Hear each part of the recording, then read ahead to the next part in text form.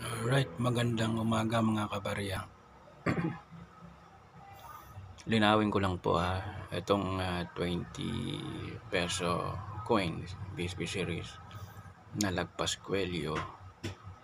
Maraming nagsasabi pinibili daw ito ng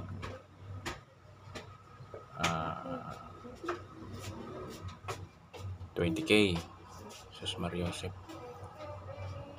Mga kabarya, wala po akong ganong kalaking pera para bumili ng isang coin na lagpas kwelyo. Ang halaga lang ay 20 pesos.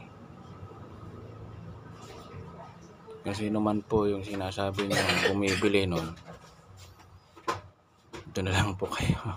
Doon na lang po i-PM o i-alok sa kanya.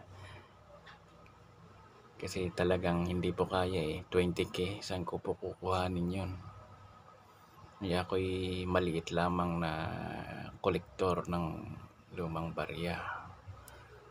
Okay. So yun lang po mga kabarya, hindi po ako bumibili ng lagpas kwelyo na 20 pesos sa halagang 20k.